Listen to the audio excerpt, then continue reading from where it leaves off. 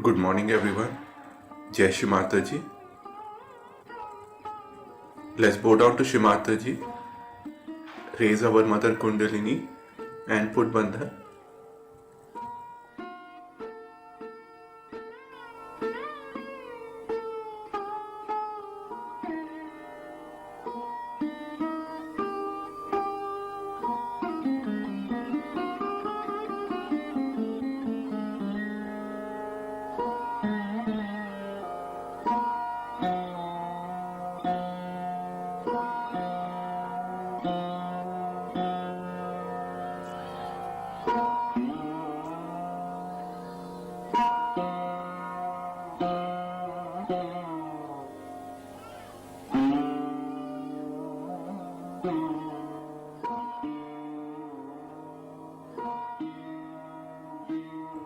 Shri Ganesh Mantra.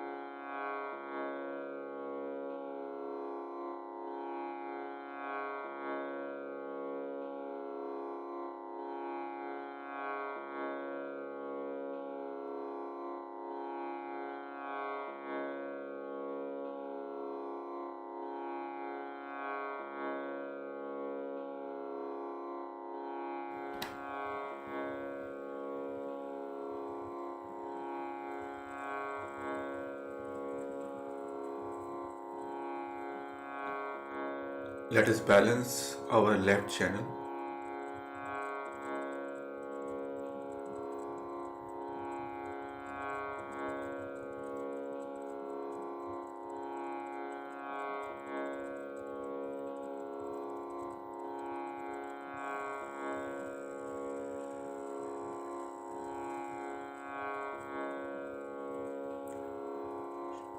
Shri Mataji,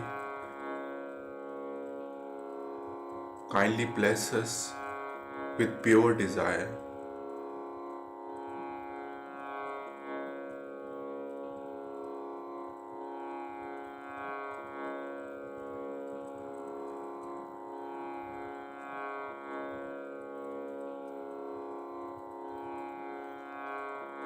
Kindly remove all the imbalances, all the thoughts coming from the past on our left channel.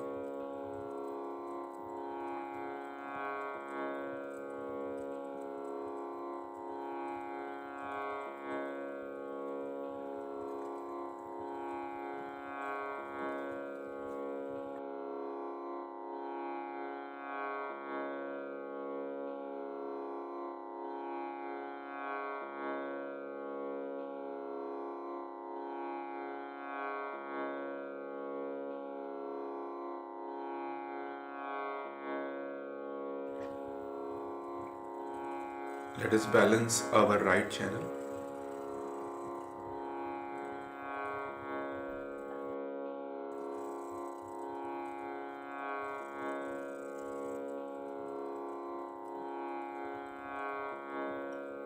Shri Mataji, kindly bless us with pure attention.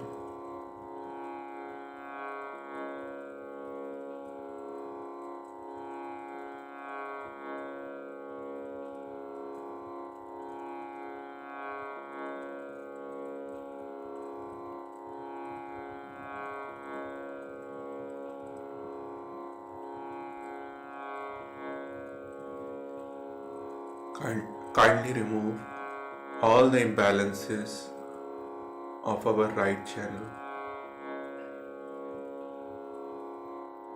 and kindly remove all the thoughts coming from our future.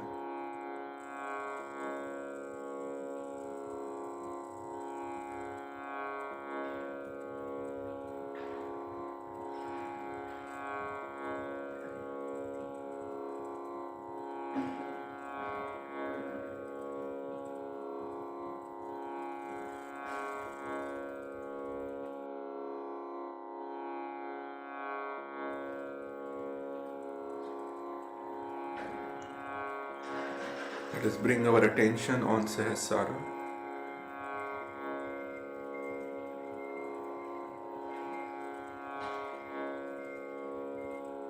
Shri Mataji,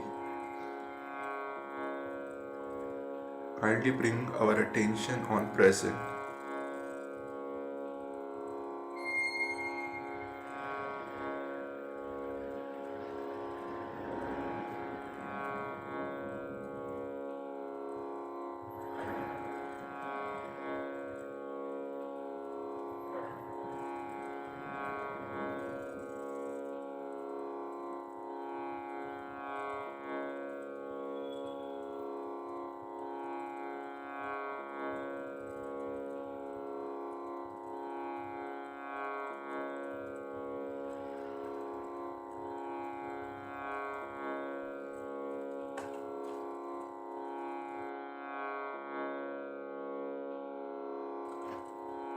Let us listen to Shri Mataji's speech.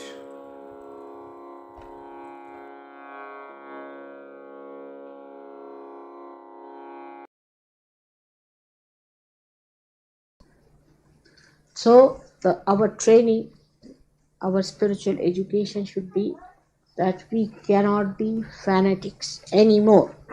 If you are fanatic anymore, or you are identified with any one of your old ideas, then beware. Be very, very careful.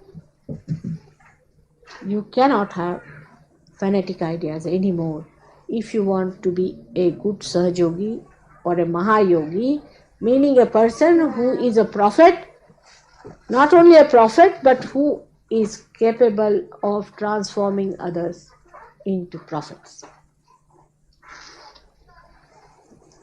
First is you have to be away from alcoholism. You should be deadly against it. Wherever you have a chance, you find it that it is possible for you to say something against alcohol. It should be absolutely boycotted. Every place, anywhere you meet, it should be smoking or any kind of intoxication, drugging, anything has to be completely branded as anti-God, anti-Sahaja. Then fanaticism of any kind, that lingers on. This is another very deep misidentification. I am aware of it. I did not talk of Catholicism till the other day I went to Portugal. When I had to talk, so I said first time. I never talked about Protestants before till I had to talk that there are another mad race going round. There are 27 churches of this kind. None of them, except for we, are really Christians. All are nonsensical fanatics. Seventh-day Adventists and Pentecostals and this and that. All absurd ideas. All are playing into the hands of bhoots, take it from me. They have nothing to do with God, they are anti-God. All those who still stick on to all these churches and to this kind of fanaticism. Yeah, I'm saying here churches because here I have to talk about churches. Should know that all these churches have now become the place of bhoots. You go to one church and you'll rush to me. From my house, I see in the night hosts of bhoots waiting out of the church. I do not know. And somehow it's happening that whatever house I decide to stay in, there's a big church in front of me. It may be a Catholic church, maybe a Protestant church. And they have seen to it that they make it really bhootish by making all those who die stay in that church. They are not realized people. Realized people only should be buried and all others should be burnt off. It's better. At least the bhoots go out of them. When they are roaming about in the church and you are taking the children down there into the cemetery. Apart from that, wherever there is an adhikar cheshta, when it is unauthorized, gods do not exist there. They leave the place. So we have to know that we are no more fanatics. First and foremost thing is that we cannot be fanatics. Now, training ourselves is very important.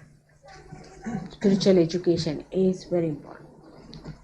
But in Sahaja Yoga, as your mother is a very kind teacher, but even such a kind teacher is not such a help sometimes. Because all corrections are left to yourself. Then you commit really blunders and then you think, why didn't mother tell us? Why didn't she protect us? Why didn't she correct? But this is the style I've adopted because in modern times, Sahaja Yoga is working out because I do not challenge your ego. Otherwise, you would have crucified me long time back. So I leave it to you to decide to discipline yourself. It is for you to discipline yourself and understand yourself. Now the best way to discipline yourself is to find out what's wrong with me, not with others. We are very good at that. I've seen every day there's some complaint about somebody coming from someone. But there are very few who will say, this is wrong with me, mother, what to do? So just try to find out what is wrong with you. You are like a fort. The fort has some sort of a weakness. So the man in charge of the fort, what do you call him? we call kiledar, because a fort is a killa and the gentleman who is the owner of the killa is called as kiledar. Now this kiledar finds out what are the weak points of the fort, and he sees to it that they are all corrected one by one. We are just the other way round. We know we have weaknesses which we hide and keep them there as they are. Whatever strong points we have, that we boast of. And we try to see the weaknesses of others. And from these loopholes, all these negative things creep in, and suddenly you find that you are finished. So try to find out what are your weaknesses. One of the weaknesses which is very common is that we are very materialistic. We are still very materialistic, extremely materialistic. And the materialism is getting subtler and subtler, the subtler we be. Try to give up some things. Keep a kind of a little balanced attitude, a little detached attitude, not too many things. Few things of value. Try to detach yourself. I don't say you become sannyasi. That is also another thing against. But from inside, you detach. See, I am wearing a very nice sari, but from inside, see what is the color.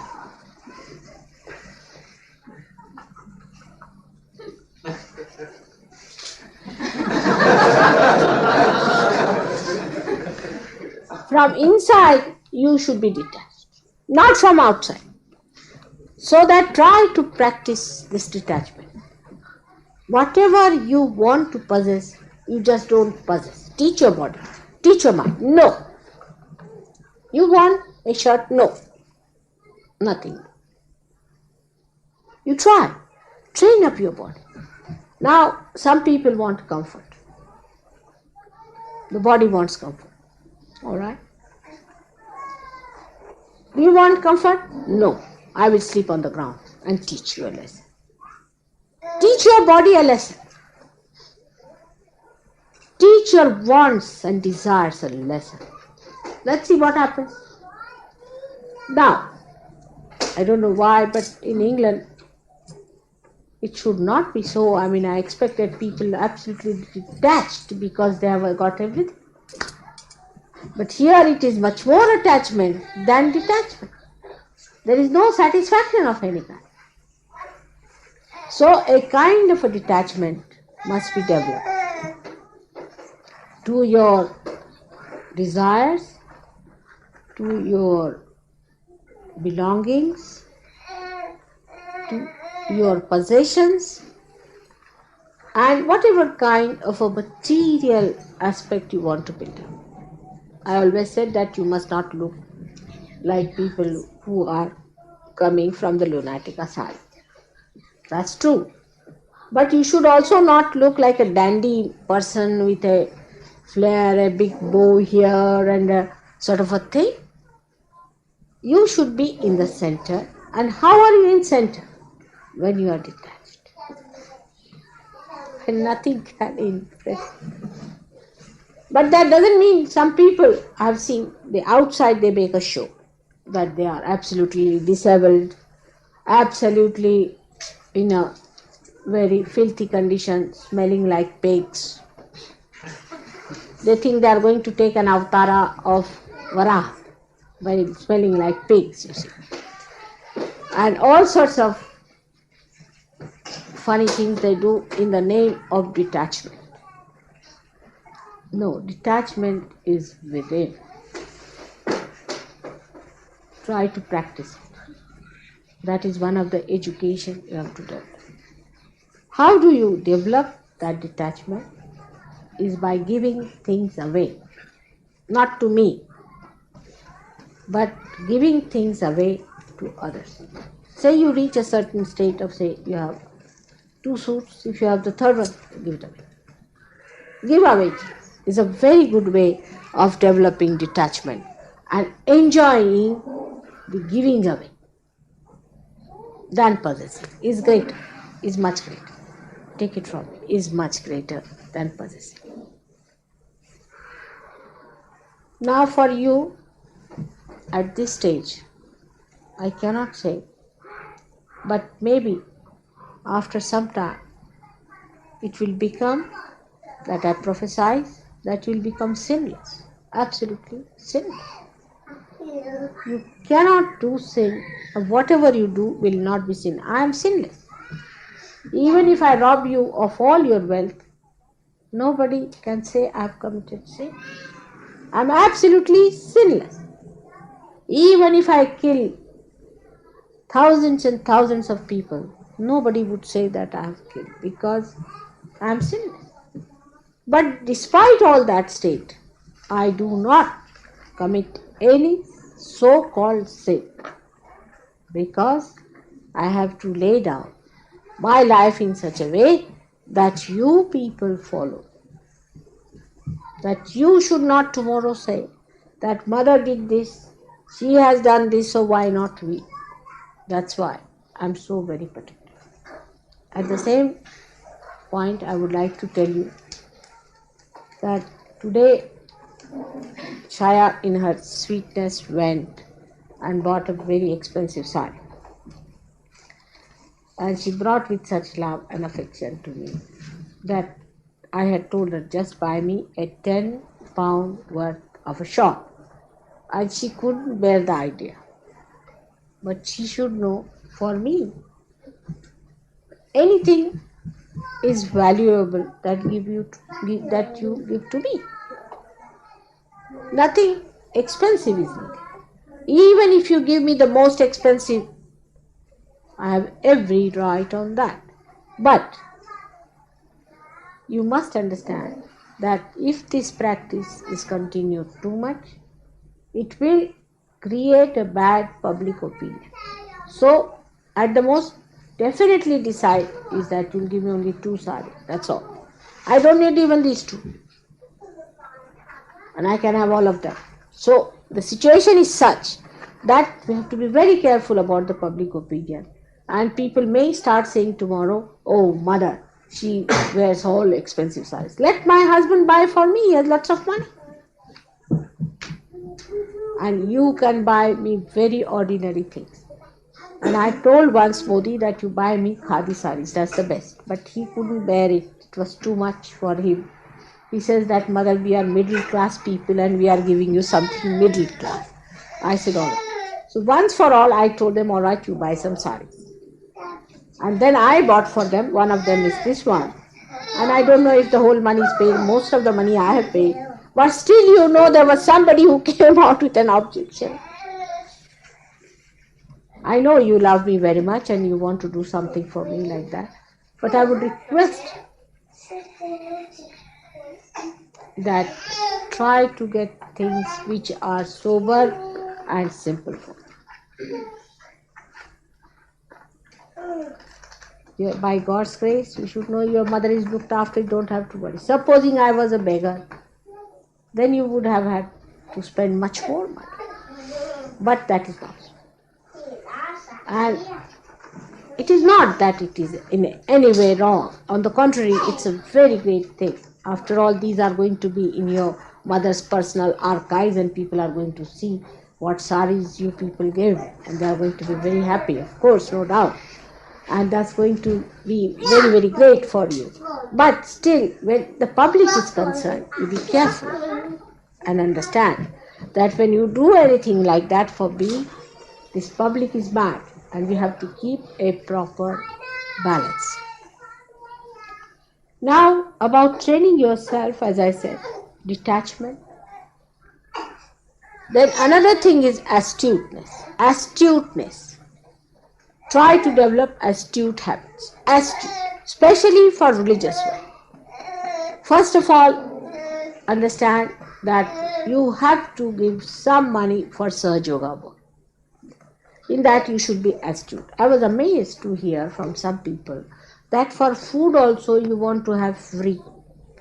That sometimes you had food, you didn't pay even £1. I mean, this is absurd. If you were beggars, is all right. But for Sahaja Yoga, first of all, it's not too much, but little you have to pay, and you should not make your mother pay for you. It's wrong. I've never said this before, but today I'm telling you, not aesthetically, but spiritually, it is wrong that I should pay for you. It's alright. I may give you a dinner, it's different. I may give you anything, is different.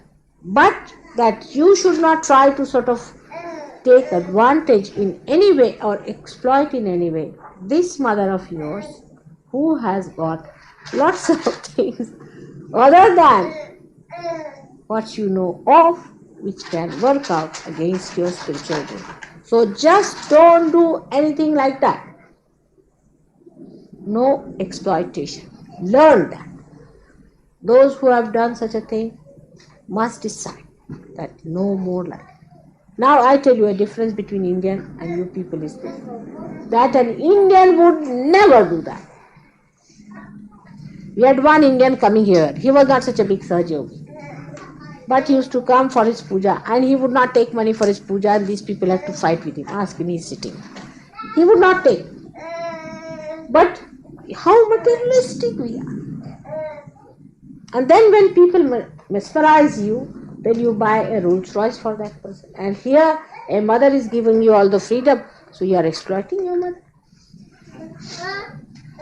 I have no job, all this is wrong. You must pay for your food and you must pay where you have to pay. That's your dharma.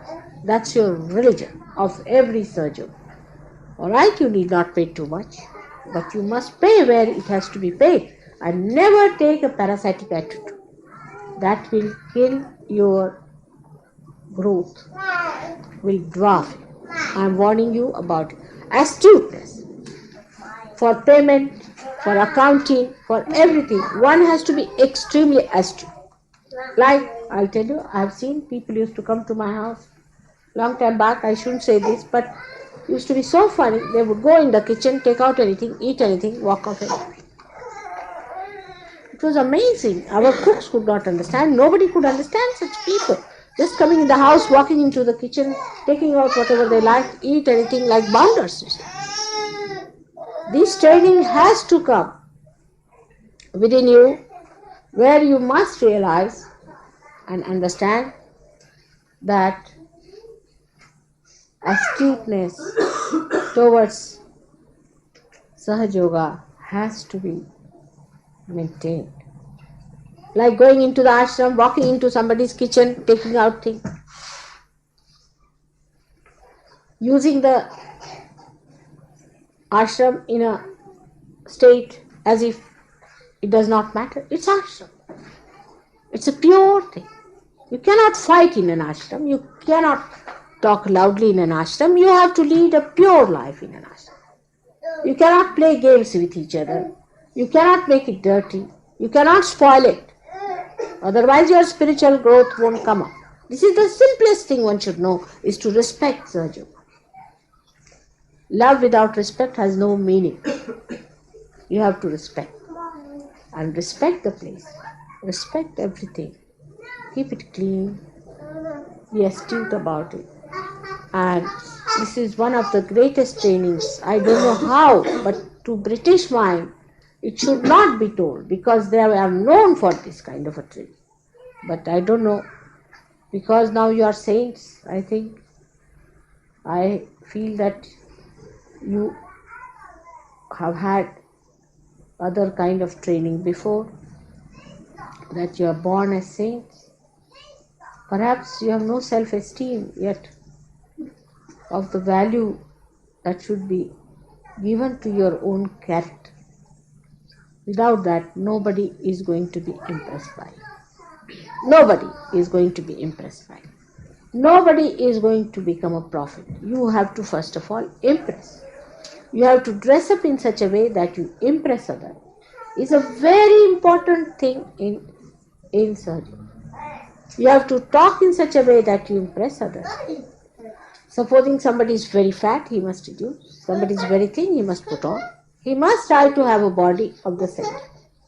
Should not allow the body to move this way or that way. One has to be in a proper shape, in proper dress, because you have to impress on others. You must know that if the personality is not impressive, how are you going to communicate? Because first of all, the people see you, those who come to you, see your outside. They don't see your vibrations, they see your outside. So all of you must learn how to dress up and how to behave towards others, how to appear before others, how to talk to others, so that you become prophets who will do wonders and who will transform many, many, many more people into the same state as you. Now this training you have to take yourself. The another point in training in Sahaja Yoga is that you have to read. There are many people who have not read even Gregor's book, leave alone any other. You have to learn certain things like chakras and centers and mantras, and you have to dedicate. Even people like Vivekanandas who never got realization, do you know these people, 12 people, they used to study for 14 hours. Now you will know what to study, what not to study, and even if you study wrong things, you will know where it is wrong. So you have to study. For example, there are Jews with us, let them study Torah. And see there, where is Sahaja Yoga in there written down? Find it out. If you are Christians, read the Bible, find out.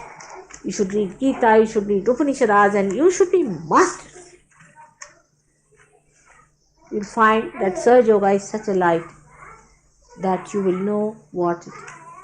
We have got the Devi's names and Sahasranamas. Try to read them and try to understand the meaning of that and try to understand what it means, how far it goes.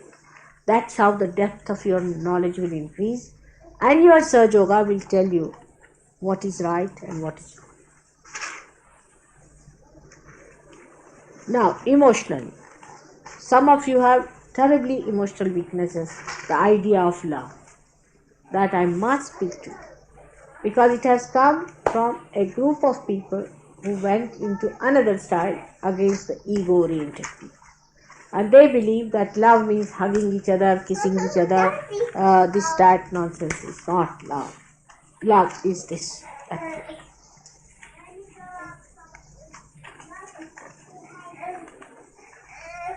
That's love. And understand a person through this alone. And all nonsensical loves that people talk of is not love. When a person loves you, he doesn't stare into you. If somebody stares into you, then no, he does not love you. He is full of a book. Only when a realized soul is angry, he stares to drive out the body.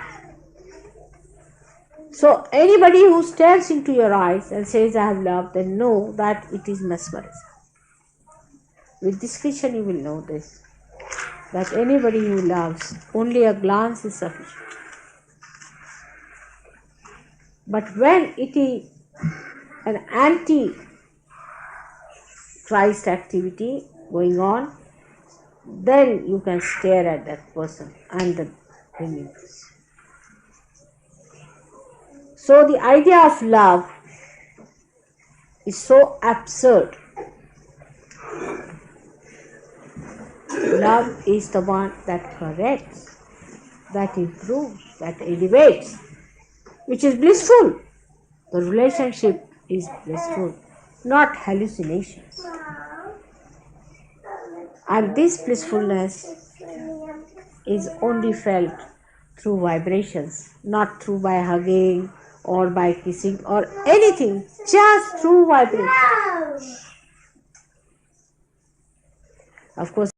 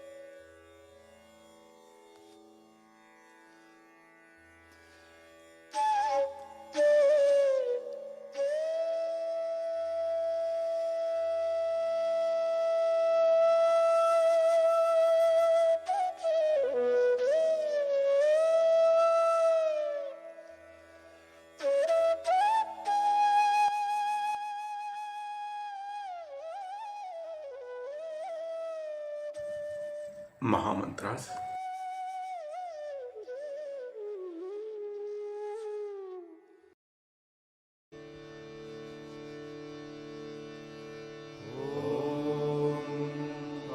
त्वमेव साक्षात् Shri Mahalakshmi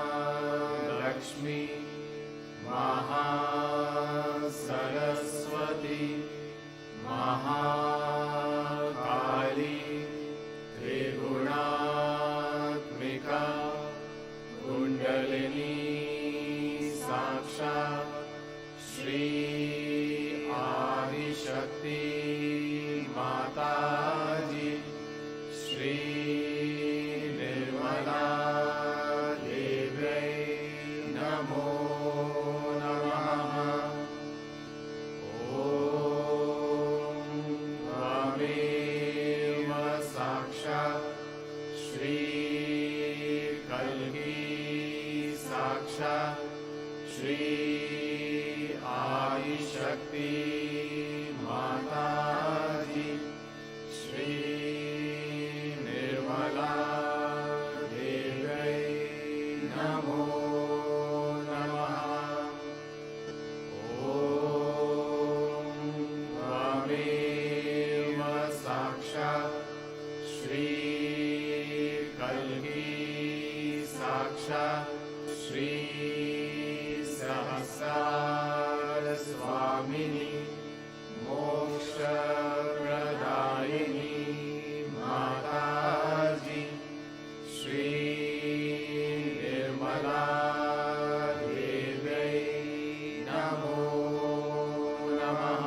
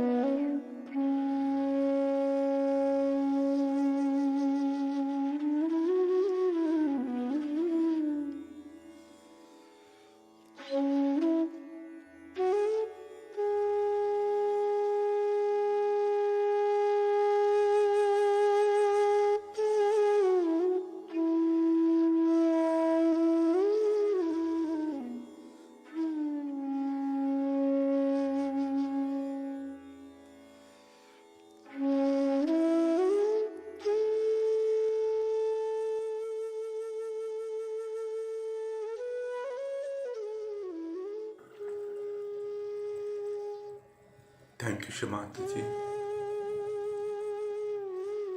for this beautiful and peaceful meditation. Thank you very much. Jai Shri Mataji. Let's bow down to Shri Mataji and take Bandhan.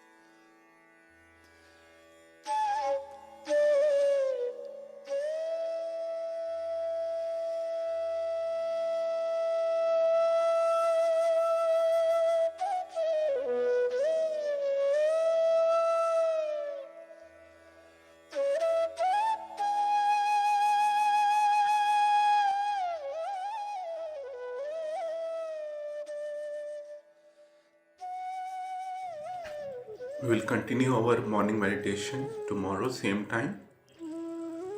Jai Shri Mataji.